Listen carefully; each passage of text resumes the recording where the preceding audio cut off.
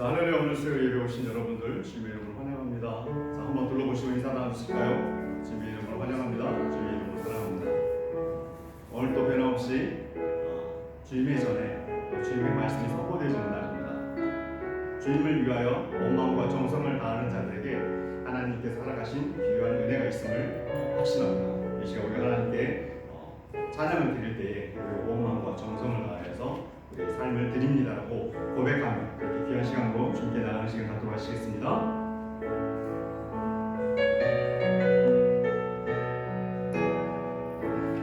날이 저물어 갈 때, 날이 저물어 갈 때, 빈들에서 걸을 때, 그때가 하나님의 때, 내 힘으로 안 될 때, 빈손으로 걸을 때,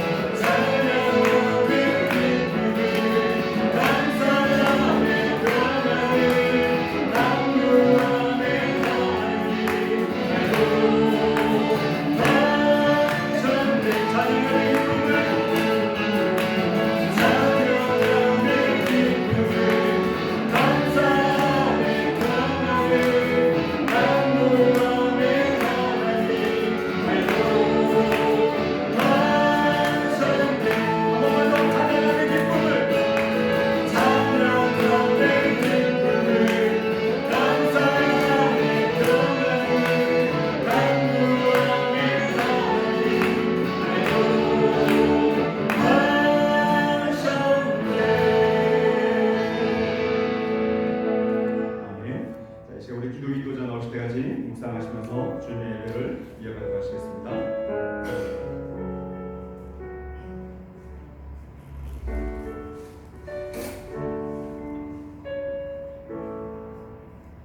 기도하시겠습니다.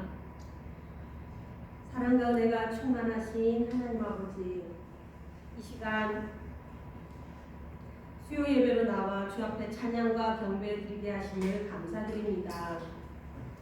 죄로 인해 죽을 수밖에 없던 우리를 살리기 위해 이 땅 낮고 천한 자리에 오시어 십자가에서 우리의 모든 죄의 형벌을 친히 담당하시고 우리를 의로운 자로 하나님의 아들과 딸들로 살아가게 하신 주님, 그 받은 은혜가 얼마나 크고 영광스러운 것인지 알면서도 당장 눈에 보이는 상황과 감정에 휘둘려서 사랑과 믿음으로 행하지 못했던 모습들을 주님 용서하여 주시옵소서.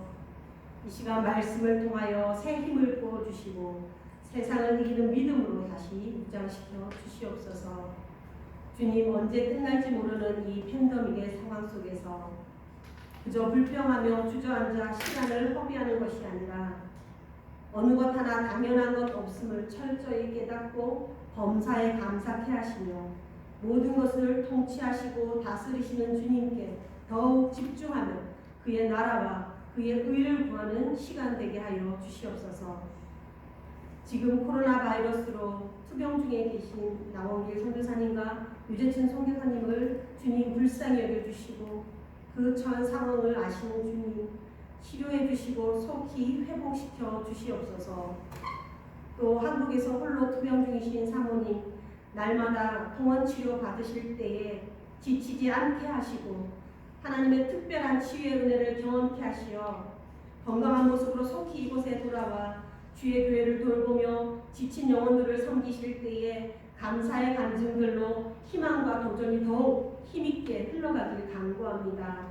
특별히 담임 목사님 홀로 교회를 돌아보시며 말씀 증거하실 때에 영육 간의 강건함을 더하여 주시고 성령 충만함으로 주의 성도들을 이끌어가도록 날마다 은혜 부어 주시옵소서.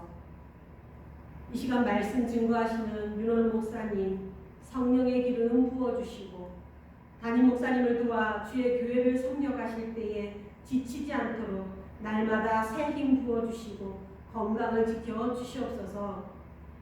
지금의 많은 제안들 가운데서도 우리 어린 주일학교와 SFC 그리고 청년들까지 그 믿음이 위축되지 않고 더 자라가게 하여 주시고 교사들과 부모들이 더욱 깨어 삶 가운데 믿음의 본을 보이며 말씀과 기도로 양육시켜가게 하여 주시옵소서. 지금도 세계 각처에 주로 인하여 핍박받고 생명의 위협 가운데 있는 주의 성도들의 눈물의 기도를 주님 기억하여 주시고 그들의 피난처가 되어 주시며 속히 마음껏 예배하며 주를 찬양하는 땅이 되게 하여 주시옵소서. 땅끝까지 이르러 복음의 증인이 되고자 헌신하신 선교사님들의 그 수고와 헌신을 주님 받아주시고 모든 필요를 채워주시며 그 사역 위에 풍성한 열매 맺는 그 복을 누리게 하여 주시옵소서. 이 시간 대면 예배와 또 영상 예배를 드리는 그 각 가정이 예배를 방해하는 모든 어둠의 세력은 떠나가게 하시고 주의 성령이 온전히 운행하시고 다스리시며 회개와 치유와 회복과 또 위로와 결단이 있는 은혜의 시간 되게 하여 주시고 주님 홀로 영광 받아 주시옵소서. 이 모든 말씀 우리의 의가 되어 주신 예수 그리스도의 이름으로 기도드립니다.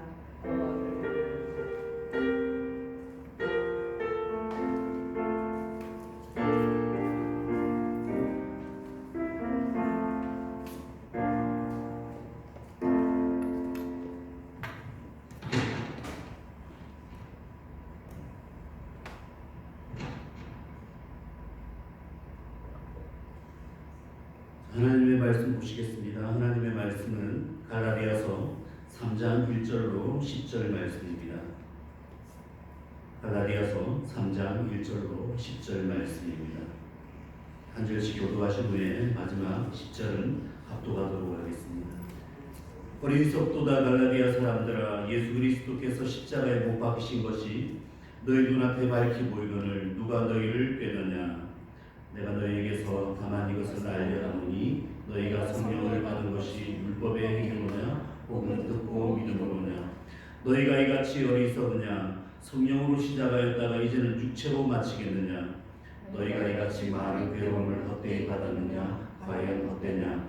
너희에게 성령을 주시고 너희 가운데서 능력을 행하시는 이의 일이 율법의 행위에서냐 혹은 듣고 믿음에서냐. 아브라함이 하나님을 믿음에 그것을 그에게 의로 정하셨다 한 바와 같으니라. 그런즉 믿음으로 말미암은 자들은 아브라함의 자손인 줄 알지어다. 또 하나님이 이방을 믿음으로 말미암아 의로 먼저 아브라함에게 복음을 전하되 모든 이방인이 너로 말미암아 복을 받으리라 하시느니라. 그러므로 믿음으로 말미암은 자는 믿음이 있는 아브라함과 함께 복을 받느니라. 함께 무릇 율법 행위에 속한 자들은 저주 아래에 있나니 기록된 바 누구든지 율법책에 기록된 대로 모든 일을 항상 행하지 아니하는 자는 저주 아래에 있는 자라 하였습니다. 아멘. 수요예배 오신 여러분들 환영합니다. 우리 다시 한 번 더 인사했으면 좋겠습니다. 옆에 분들하고 다시 한 번 인사하겠습니다. 잘 오셨습니다. 믿음으로 승리합시다. 아멘. 그 믿음이 참으로 중요하다는 것 다 알고 계시죠. 오늘 바울 사도가 갈라디아서 말씀을 통하여서 그 믿음이 얼마나 귀한 것인지, 믿음으로 인한 예수님 안에서의 그 자유가 얼마나 귀한 것인지, 그 사랑의 자유가 얼마나 위대한 것인지 말씀을 해주고 있는데요. 오늘 갈라디아서 3장 1절부터 10절 말씀을 통하여서 그 하나님의 사랑과 그리고 율법이 아닌 믿음으로 우리가 구원을 받고 하나님의 의로운 자라 칭함을 받는다는 그 복음을 확고히 다시 한번 세웠으면 좋겠다 이런 생각이 듭니다. 지난 2시간 동안, 지난 수요일이었죠. 수요일 그리고 지난 주일 이 2시간 동안 목사님께서 너무 갈라디아서의 배경과 이 서론 부분에 대해서 말씀을 잘 해주셨기 때문에 제가 특별하게 이 갈라디아서의 배경에 대해서 설명할 필요는 없겠지만, 그럼에도 불구하고 설교를 제대로 하는 분들과 그리고 또 혹은 이 말씀이 조금은 쉽지 않다 생각하시는 분들을 위해서 이 갈라디아서의 배경을 간략하게 잠시 또 소개하고 이 말씀을 전하도록 하겠습니다. 바울은 안디교에서 이 바나바와 함께 파송을 받게 됩니다. 이방인의 선교사로 파송을 받게 되는데 거기가 바로 수리아 안디옥이었죠.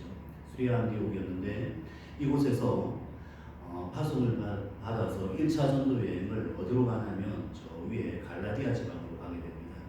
갈라디아 지방은 어디냐면 지금의 터키 지역입니다. 터키 지역인데 성경에 보면 소아시아라고 되어 있습니다. 소아시아는 우리가 살고 있는 아시아 대륙의 서쪽 끝입니다.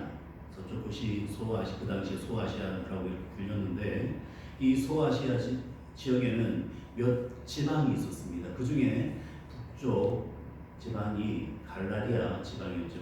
갈라디아 지방이 굉장히 컸는데 이 갈라디아 지방은 북갈라디아와 남갈라디아 이렇게 구분을 보통 하기도 합니다. 근데 이 바울 사도가 1차 전도 여행을 떠났던 곳은 남갈라디아 지방으로 오는 게 유력하다 이렇게 볼 수 있습니다. 이곳에 가서 이제 바울과 바나바가 그리고 한요한, 마가 요한이 함께 이렇게 복음을 전달하게 되는데 이곳에 처음에 갔던 곳이 여러분 잘 알고 있다시피 밑에 수리아 안디옥 말고 위에 가면 비시디아 안디옥이라고 있습니다. 이런 게 헷갈리시면 안 되는데 이 비시디아 안디옥에서 복음을 전하고 그리고 이고니온 성 회당으로 가죠. 그쪽에서도 복음을 전하고 거기서 유대인들의 이 추적을 받고 그다음에 방해를 받고 굉장히 협박을 받고 해서 어디로 가냐면 밑에 있는 루스드라에 가게 된다는 것입니다. 그리고 루스드라에서 거의 이제 죽을 뻔했죠. 돌에 맞아 죽을 뻔했던 말씀이 사도행전 14장 이후에 쭉 나오고 있습니다. 거기서 루스드라에서 다시 더베로 가게 되고 이렇게 전도여행을 마치고 다시 한번 비 불러서 이렇게 다시 수리아 안디옥으로 돌아오게 되는 여정이 제1차 전도 여행이었습니다. 여기에서 바울이 세웠던 그 교회들 루스드라, 더베 그리고 위에 이고니온 성당에 있는 교회 그리고 제일 처음에 나왔던 그 비시디아 안디옥 이러한 교회들이 갈라디아 지방의 교회들이었겠죠. 그래서 이 갈라디아서는 어떤 특정 도시나 인물을 향하여서 쓴 편지가 아니라 이 갈라디아 지방에 세웠던 바울이 너무도 사랑했던 그 교회들을 향하여서 보낸 서신이라고 할 수 있습니다. 특별히 이 루스드라 같은 경우에는 바울이 그곳에서 발을 다쳐서 일어서지 못하는 발이 아파서 일어서지 못하는 사람 이렇게 세움으로 인해서 그곳에서 제우스 신이다 그리고 또 헤르메스 신이다 이렇게 칭송을 받으면서 복음이 굉장히 잘 전해졌던 곳이고 그곳에서 아마 1차 전도 여행 때 디모데가 회심을 하지 않았겠나 이렇게 성경학자들은 봅니다.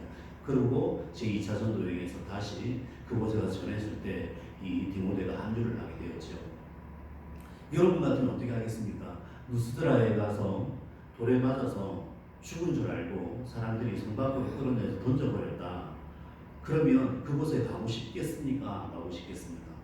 여러분이 만약에 어디 전도 여행을 선교여행을 갔는데 그곳에서 하나님을 알지 못하고 예수님 믿지 않는 사람이 칼을 가지고 여러분을 찔렀다든지 아니면 총으로 쏴서 여러분이 부상을 입었다든지 거의 죽게 못했다. 그러면 그곳에 다시 가고 싶겠습니까? 안 가고 싶겠습니까? 가기가 힘들겠죠. 도저히 무서워서 트라우마가 남겠죠. 그런데 바울은 구역구역 그곳에 갑니다. 다시 루스드라에 가서 복음을 전하고 3차 전도 여행에서도 그 갈라디아 지방을 가게 되죠. 왜 그랬을까요? 바울이 회심을 하고 예수 그리스도의 복음을 듣게 되고 그리고 또 이 바울이 처음으로 선교사로 파송을 받아서 갔던 그곳이 바로 갈라디아 지방입니다. 그러니까 얼마나 마음속에 이 갈라디아에 대한 사랑이 있었겠습니까? 그 교회들을 향하여서 바울 사도가 편지를 전하는데 오늘 본문 1절을 보면 어리석도다 이렇게 이야기하고 있습니다. 그리고 또 밑에 보면 또 한 번 3절에서 어리석도다 이렇게 이야기를 하죠. 얼마나 안타까웠던지. 요즘 말로 하면 멍청한 자식들아, 멍청한 놈들아, 멍청이들아 이런 이야기가 아니겠습니까?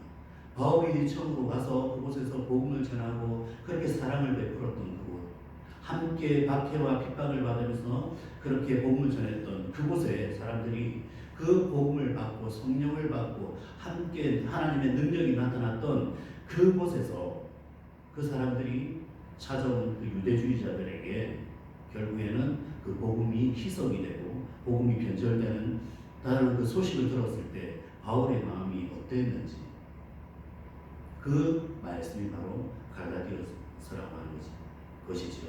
갈라디아서를 알려면은 여러분 알아야 될 한 부류가 있습니다. 바로 유대주의자들입니다. 유대인들의 한 무리였던 이 유대주의자들, 이 사람들은요 어떻게 복음을 가르쳤냐면 하나님의 말씀 플러스 유대 전통, 유대 율법 그리고 플러스 그리스도의 복음이라는 것이죠. 이 유대주의자들 중에서도 예수님을 믿었던 무리가 있었던 것 같습니다. 그런데 이 사람들 중에서 그 갈라디아의 초신자들, 믿음이 약했던 이제 막 생성된 그 교회들을 향해서 찾아가서 바울의 그 복음을 변질시키는 것이죠.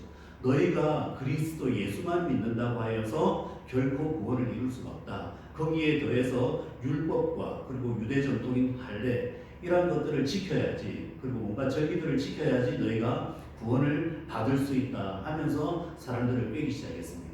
그때 이 사람들이 초신자였던 이 사람들이 그럴 수 있다. 왜냐? 우리가 그동안 지켜왔던 전통 그리고 우리가 이방인으로서 섬겨왔던 그러한 신들을 생각해 보았을 때 어떻게 그냥 믿는다. 예수님께서 우리들을 위하여서 십자가에 못 박혀 죽으심으로 말미암아서 우리가 구원받는다. 그 하나 믿는다고 해서 어떻게 구원을 받는지 우리가 뭘 해야 되지 않느냐. 뭔가 우리가 행위로서 그 믿음을 보여야 되지 않는가. 그런 생각을 했던 사람이 분명히 있었다는 것이죠. 그러기 때문에 이 사람들이 이 복음에 변질된 복음에 따라가게 되고 그 예수님의 십자가의 보혈의 공로의 그 은혜를 저버리는 그러한 사람들도 있었다는 것이죠. 그러한 유대주의자들이 바울 사도가 복음을 전하였을 때도 방해를 했고 핍박을 했고 그리고 바울이 다시 안디옥으로 돌아왔을 때도 이 사람들이 남아있는 그 교회 성도들을 향해서 핍박을 했다고 하는 것입니다.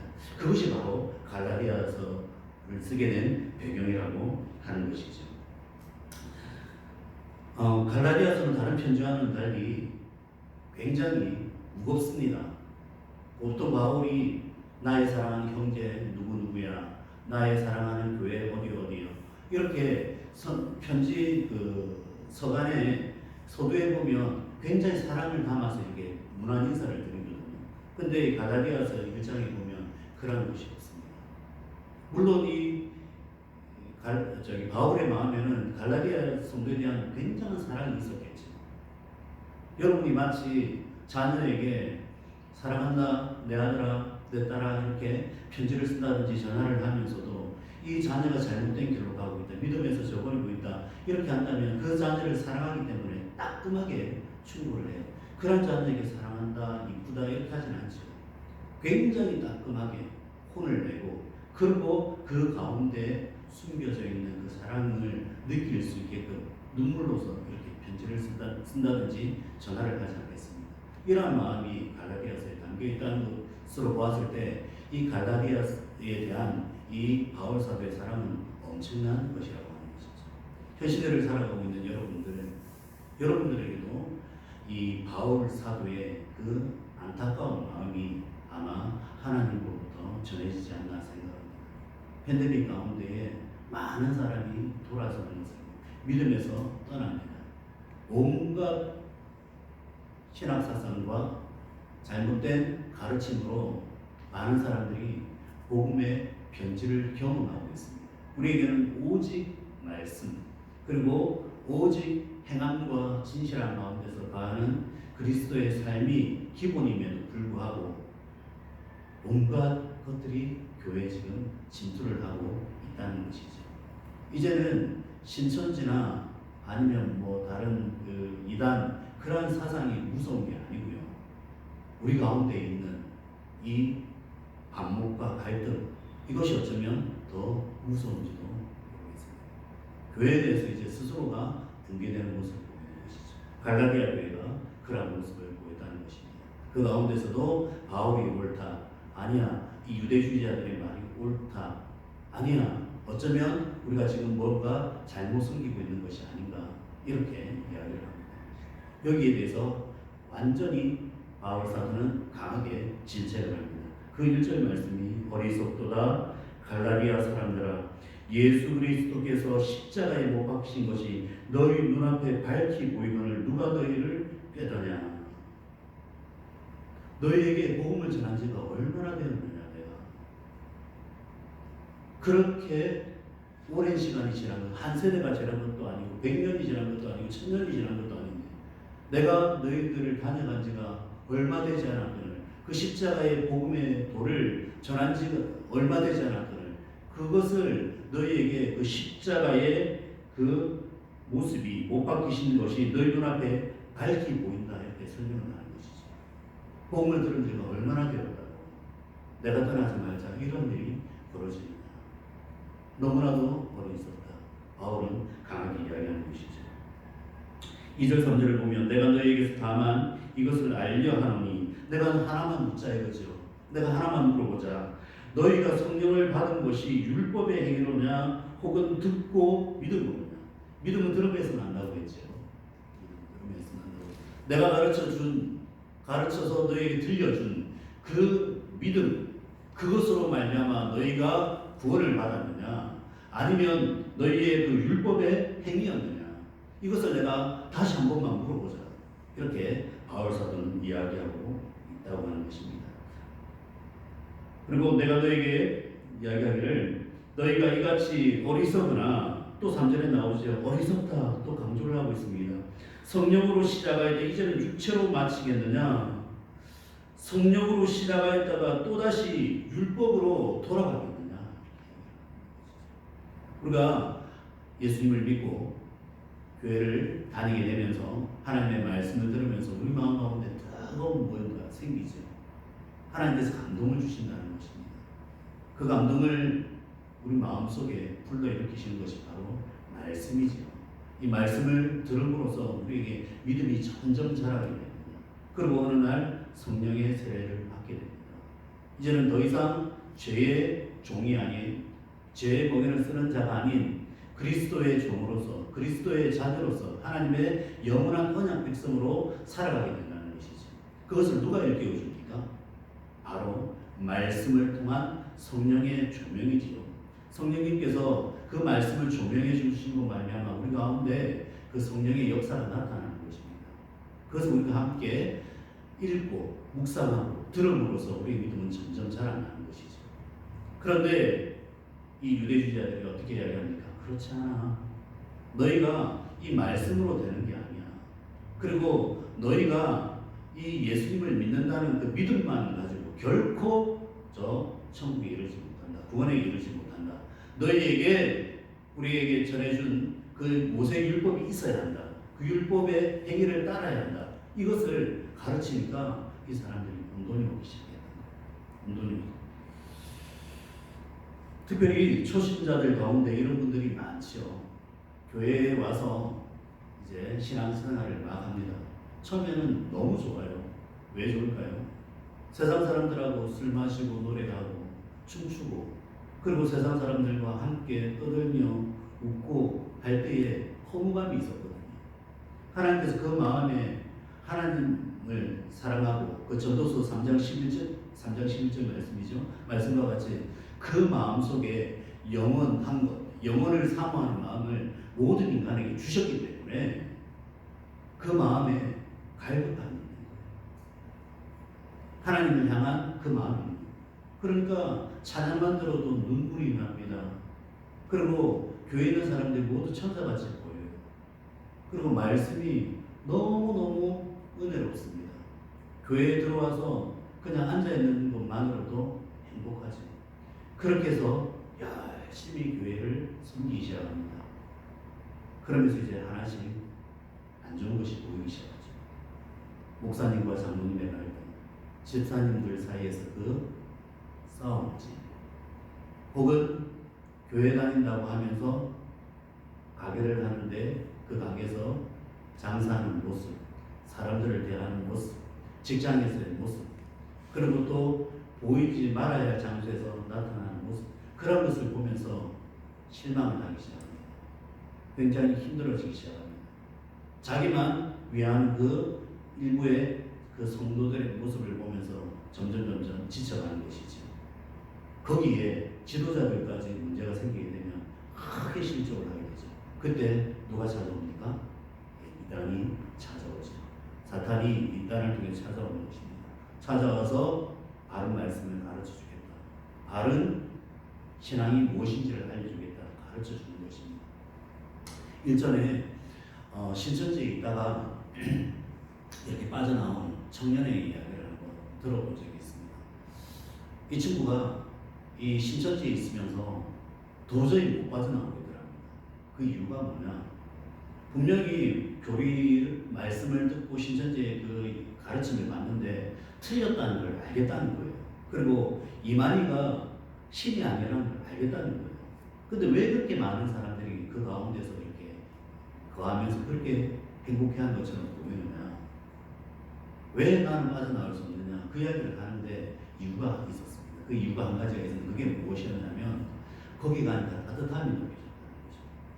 교회에서는 받아보지 못했던 관심, 따뜻함, 위로, 그리고 교회에서 느껴보지 못했던 그 끈끈한 정을 느낄 수 있었다는 것이죠.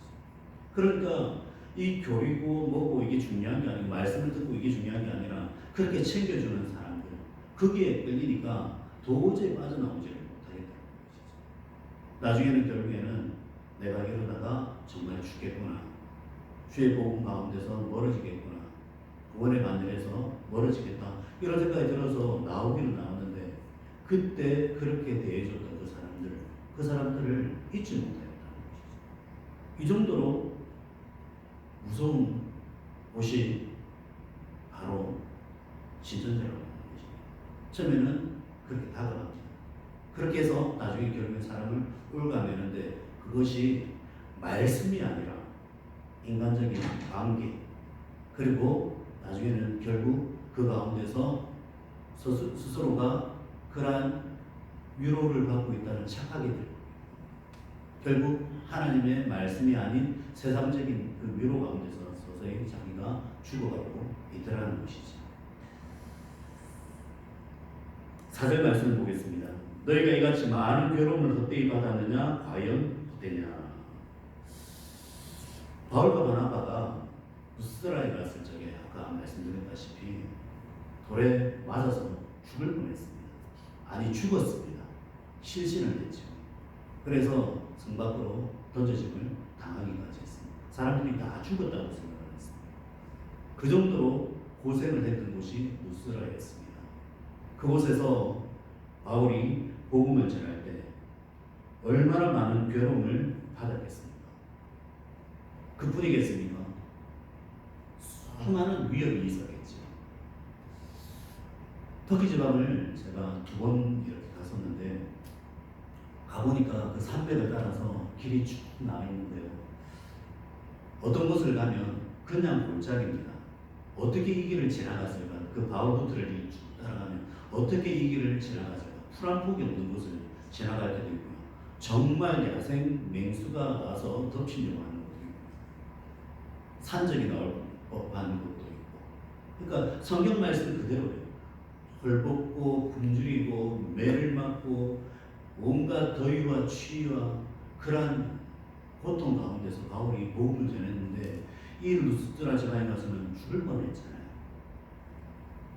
고난을 받았잖아요. 거기에 유대주의자들, 그 유대인의 한물이었던 그 유대주의자들, 율법을 강조했던 그 유대주의자들의 그 위협과 협박 가운데서 받았던 그 핍박, 이 사람들만 받았겠습니까? 아니겠죠. 그 가운데 있던 그 예수님을 믿고자 했던 그 교회 성도들 같이 안 받았겠습니까? 그리고 바울 사도가 떠났을 때 가만두었겠습니까? 그렇지 않았겠죠. 그런데 지금 바울은 그 이야기를 하고 있는 것입니다. 너희가 이같이 많은 괴로움을 받았는데 그것이 헛되냐? 과연 헛된 것이었니? 과연 그것이 너희에게 아무런 의미가 없었는 거예요. 왜 그런 고난을 받았냐? 그러니까 성도가 신앙생활을 하면서 얼마나 많은 고난을 받았어요. 우리가 물론 굉장히 성도의 교제 가운데서 교회를 다니면서 행복한 그런 시간들이 많습니다. 세상 사람들이 알지 못하는 마음의 영적인 즐거움이 있죠. 하지만 세상적으로 보았을 때 여러분들 많이 외롭죠. 그렇지 않습니까? 많이 외롭습니다. 사실은 신앙생활을 한다는 것이 결코 쉽지 않습니다. 지난주부터 이번 주까지 제가 철로 역정을 다시 한 번 더 이렇게 듣고 있습니다. 예전에 이제 책을 읽었고 요즘 오디오가 너무 잘 돼 있어가지고 철로 역정을 이렇게 서목을 읽어주시는 걸 듣고 있는데 거기에 나오는 기독교인 크리스천이 그 전성을 향해서 순례길을 떠나지 않습니까? 보면요, 처음에 떠날 때에 부인도 자녀들도 전부 다 말리죠. 못 가게 말립니다. 그리고 돌아오라고 계속 묻습니다. 자기에게 지어진 그 삶의 짐, 그것을 메고 뚜벅뚜벅 걸어가는 그 사람의 곁에 아무도 없어요. 잠시 누군가 와서 유혹을 하고 떠나고 와서 넘어뜨리고 떠나고 그렇게 홀로 그렇게 걸어가는 거죠. 그리고 나중에 절대 믿음이라고 하는 그 사람과 함께 걸어가는데 그 사람은 결국 순교를 하게 되죠. 그러면서 천성을 향해서 온갖 고난 가운데서 걸어가는 그 순례자의 모습이 누구의 모습입니까? 바로 여러분과 저의 모습이라고 하는 것이죠. 그런 걸음을 우리가 걸어가고 있다는 거죠. 외롭습니다. 세상 사람들 조롱합니다. 세상 사람들 멍청하다고 비웃습니다. 성경 말씀도 그러지 않습니까? 만약에 우리에게 저 천국이 없다면, 저 주님이 없다면 세상 누구보다도 우리가 불쌍한 사람이라고 이야기하지 않습니까? 그만큼 외로운 길이 이 길입니다. 그런데 바울 사도예요. 과연 너희가 그것이 헛되다고 생각하느냐? 너희가 받은 그 고난과 핍박이 헛된 것이었느냐? 그렇지 않지 않느냐? 아버지의 마음이 느껴지지 않습니까? 그렇지 않지 않느냐? 그런데 왜 그 유대주의자들의 그 말도 안 되는 그 복음에 너희가 흔들리니? 왜 그 복음의 편지를 가져왔니? 이렇게 바울이 이야기하는 것이죠. 믿음을 저버린 성도가 초신자들 뿐은 아니었던 것 같습니다. 소위 성령을 받아서 믿음이 굳건하다고 생각했던 지도자들까지도 믿음이 흔들리는 것을 5절 말씀에서 볼 수 있습니다. 5절 말씀입니다. 너희에게 성령을 주시고 너희 가운데서 능력을 행하시는 이의 일이 율법의 행위에서냐 혹은 듣고 믿음에서냐. 위에 전반부를 한번 보십시오. 너희에게 성령을 주시고, 바울 사도는 전제를 하죠. 너희가 성령을 받았다 이렇게. 성령을 아무나 받습니까? 확고한 믿음에 선 사람들이 성령을 받는 거 아니겠습니까? 성령을 주시고 받았다는 이야기죠. 그리고 너희 가운데서 능력을 행하시는 이 예수 그리스도 성령 하나님, 하나님이시죠. 너희 가운데서 능력을 행하시는, 그럼 무슨 이야기입니까? 너희가 능력을 행한다는 이야기 아니겠습니까? 성령도 받았습니다. 능력도 행합니다. 그럼 교회에서 누굽니까? 지도자들이죠. 그러한 사람들마저도 어디에 지금 기웃거리고 있다는 것이죠. 율법의 행위에 기웃거리고 있다는 것입니다. 팬데믹 가운데에 너무나도 많은 사람들이 신앙이 흔들리는 걸 봅니다. 그 중에서 지도자급에 되는 분들도 그러한 모습을 보입니다. 심지어 목사님 중에도 그런 분이 있습니다. 잘못된 교리에 빠져서 넘어가는 그런 분들도 제가 보았고요. 그리고 또 목사님들 중에서 형편이 많이 좋지 못한 분들이 많지 않습니까? 그런 분들이 엉뚱한 길로 가는 경우를 많이 봅니다. 그렇게 해서 먹고 살기 위하여서 말씀 전하는 것을 포기하는 경우를 많이 봅니다. 우리가 목사가 되기 전에 이 노예에서 목사 안수식을 할 때에 많은 권면의 말씀을 하는데 그 중에서 대부분의 목사님들이 이 안수받는 목사님에게 권면하는 세 가지가 있습니다. 그것이 무엇이냐면 세 가지 준비를 하라는 것이죠. 첫 번째, 어디서든 설교할 준비를 하라는 것이죠. 그리고 두 번째, 언제든지 죽을 준비를 하라는 것입니다. 그리고 세 번째, 어디든지 갈 준비를 하라는 것이죠. 훌훌 털고 어디든지 갈 수 있어야 된다. 그리고 언제든지 목숨 걸고 복음을 전할 준비가 되어 있어야 된다. 그리고 언제나 설교를 할 준비가 되어 있어야 한다. 이것을 분명히 가르칩니다. 배가 고파도 빌어먹더라도 주의 말씀 전하는 것을 포기하지 마세요. 그렇게 가르치거든요. 그런데 먹고 살기 위하여서 빌어먹는 게 싫어서 결국엔 어떻게 합니까? 생활전선에 뛰어듭니다. 그것이 잘못됐다는 말. 그렇게 해서 복음을 전하면 텐트메이커라고 할 수 있겠죠. 하지만 주가 뭐가 되냐면 먹고 사는 것은 결국에 나중에는 사업하는데 몰두해서 빠져서 그곳에서 헤어나지 못하는 그러한 사람들도 보았습니다. 이것이 무엇을 이야기합니까? 이 팬데믹 가운데서 점점 신앙을 잃어가는 많은 사람들을 보면서 발복과 쭉정이가 이렇게 나뉘어진다는 걸 볼 수가 있습니다. 자꾸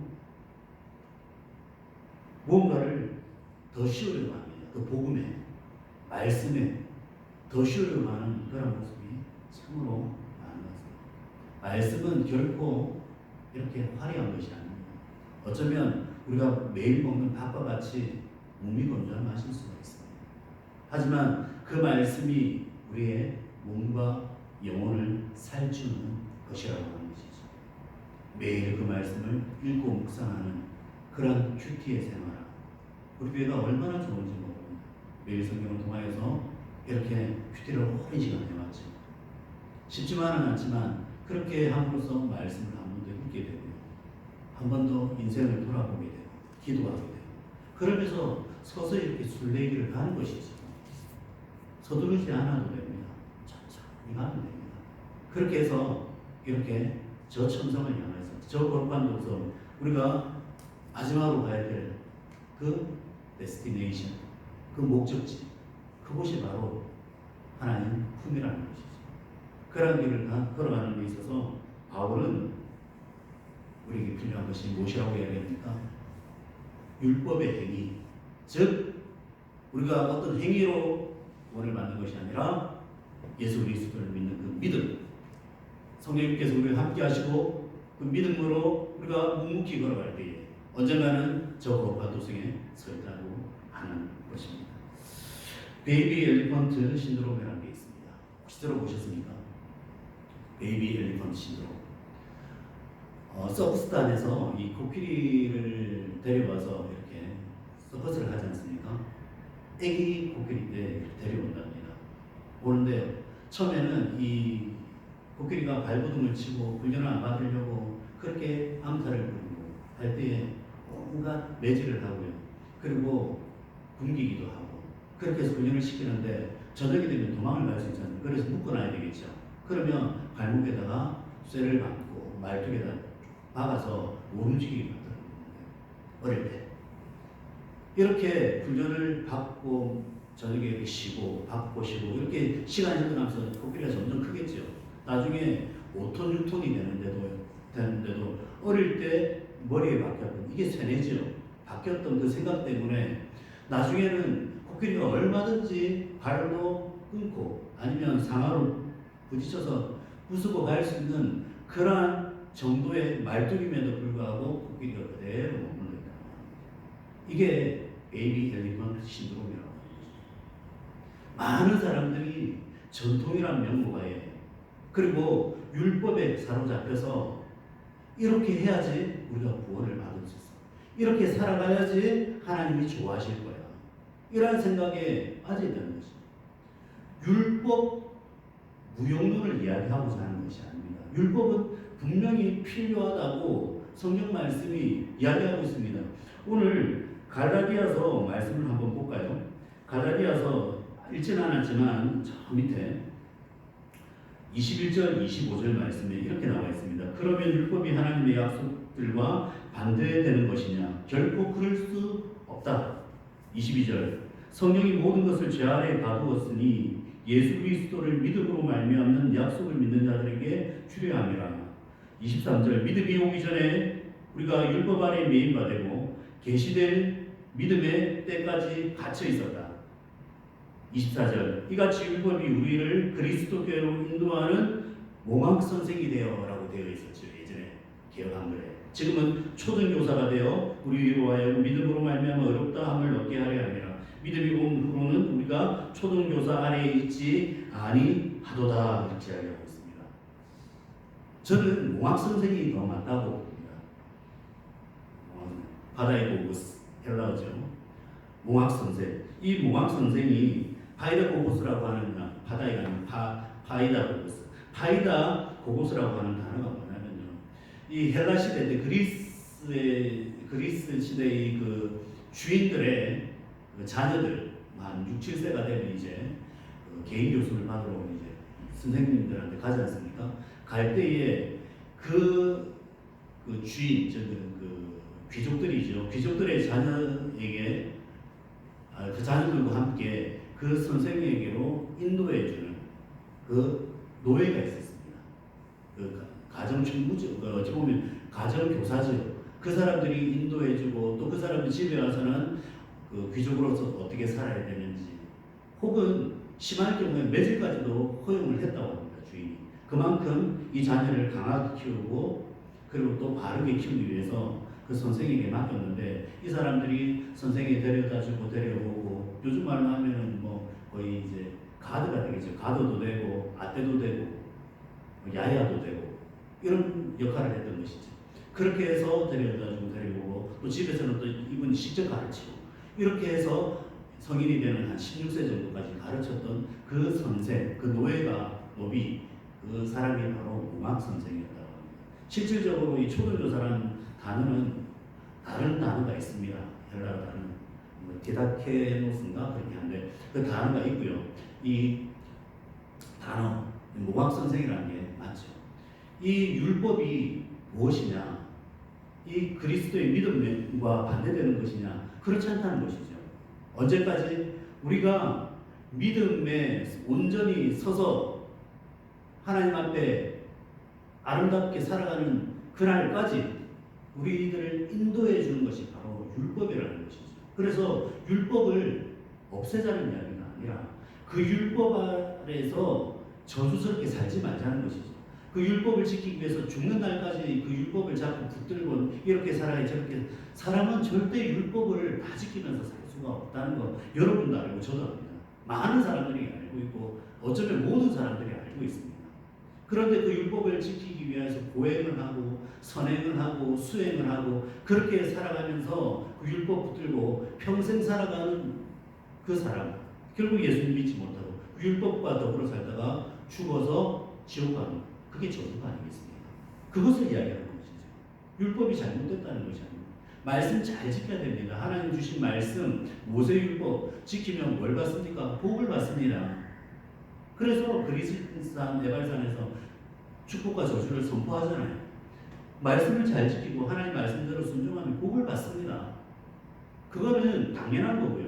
그런데 그 율법을 복을 받기 위해서 그 율법을 지키려고 애를 쓰다 보면 진짜 귀한 것, 하나님께서 그 행위 언약이 아니라 은혜 언약으로 다시 보내주신 그 예수 그리스도의 그 보배로운 피에 그 은혜를 무시하는 결과를 가져오게 된다는 것이죠. 그것을 이 바울 사도는 강하게 이야기하고 있다고 하는 것입니다. 그러면서 무슨 이야기를 합니까? 이제 6절부터 9절까지 믿음의 조상 아브라함의 예를 쭉 들게 되죠. 아브라함이 그 창세기 12장에서 너는 너의 고향과 친척과 아버지의 집을 떠나 내가 너에게 지시하는 땅으로 가라 했을 때에 그 아브라함에게 있었던 것이 행위였냐 믿음이냐? 아브라함이 뭘 보고 갔습니까? 하나님의 말씀이기 때문에 그 말씀에 순종해서 갈 바를 알지 못하고 갔다고 히브리서에도 기록을 하고 있지 않습니까? 그렇게 갔던 그것이 믿음이라는 것이죠. 그러면서 그 아브라함이 유대인이었느냐? 유대인은 아니었습니다. 유대가 누굽니까?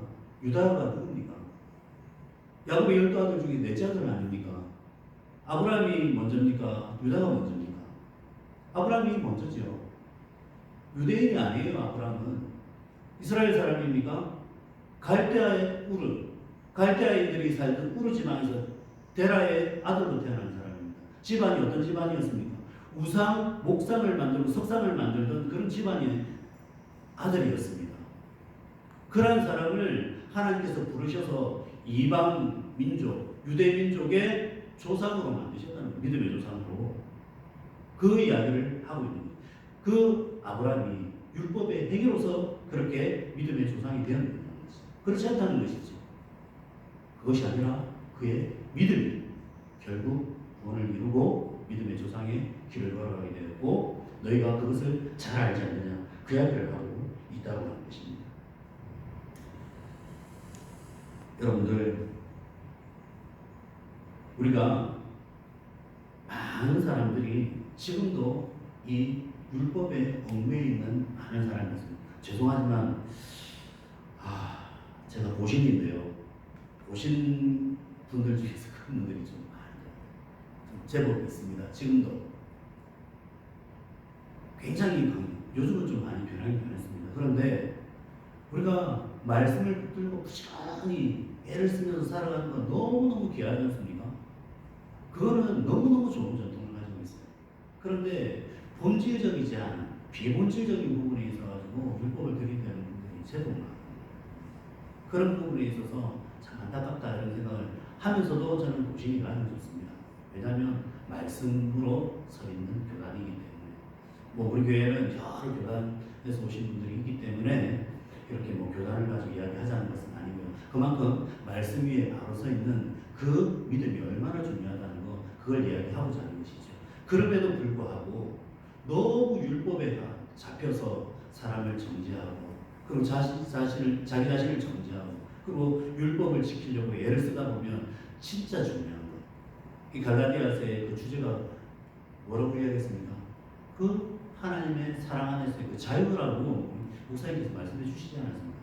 그 믿음의 본질, 그 자유, 그리스도 안에서 그 자유를 누리지 못하게 만들어보는 게 바로 율법이라고 하는 것입니다.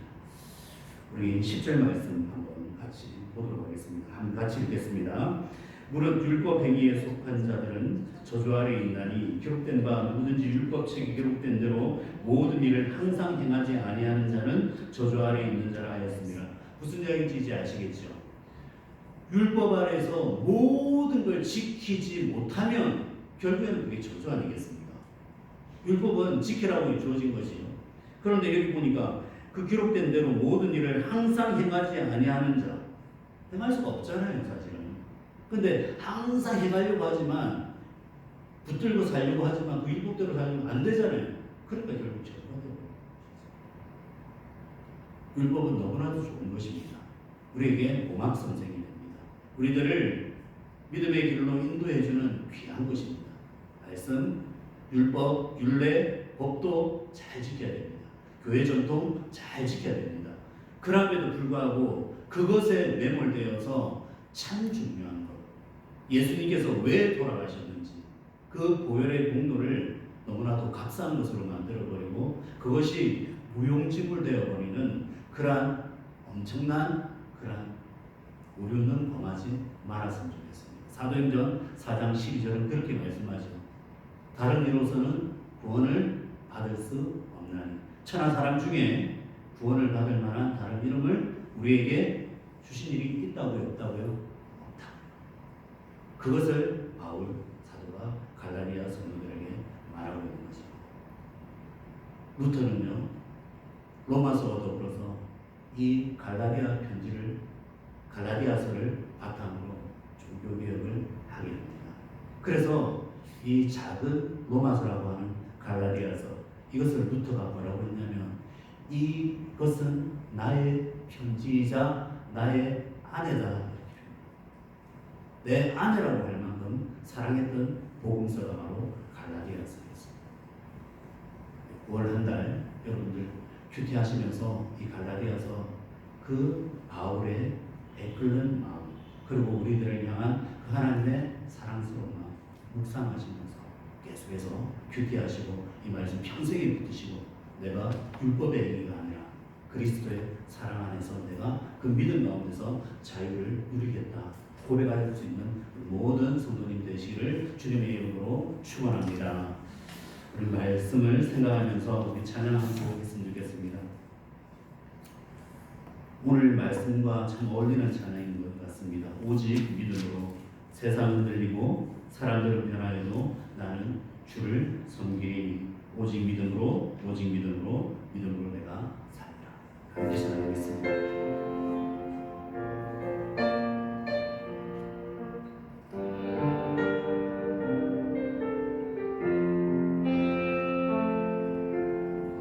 세상은 흔들리고 사람들은 변하여도 나는 주를 섬기리.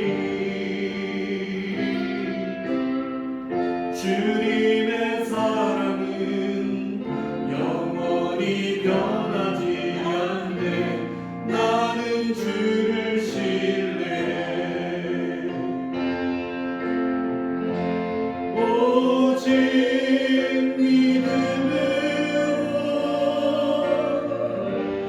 믿음으로 내가 살리라. 오직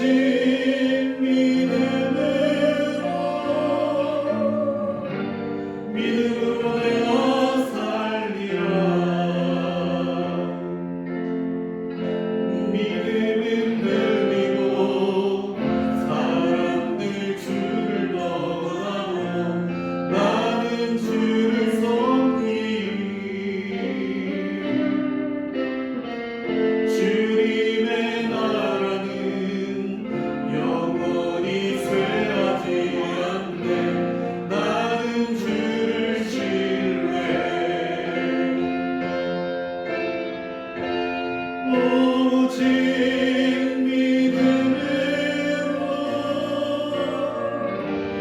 믿음으로 내가 살리라.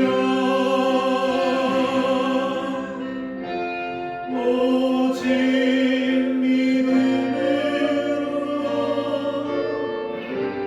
믿음으로 내가 살리라. 오직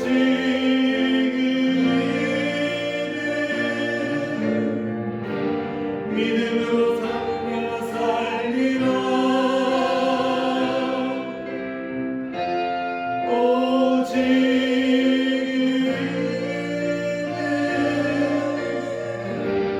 믿음으로 말미암아 살리라. 기도하시겠습니다. 하나님 아버지 감사합니다. 오늘도 저희들에게 예배를 드릴 수 있는 은혜를 베풀어 주시고 또한 이러한 자유를 허락하여 주시고 하나님의 말씀을 들을 수 있는 은혜를 베풀어 주심을 감사합니다.